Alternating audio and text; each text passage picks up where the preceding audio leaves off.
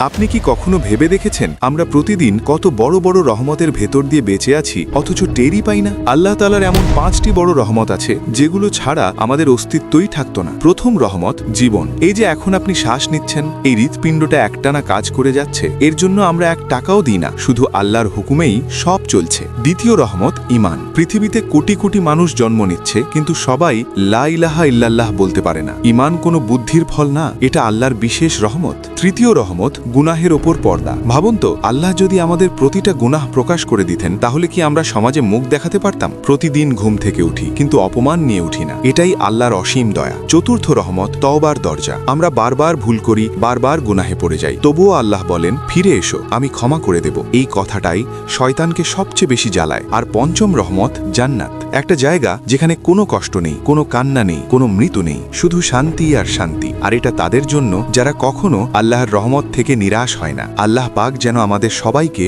গুনাহ থেকে বাঁচার আর খাঁটি তওবা করার তৌফিক দান করেন। কমেন্টে একবার মন থেকে লিখুন আমিন।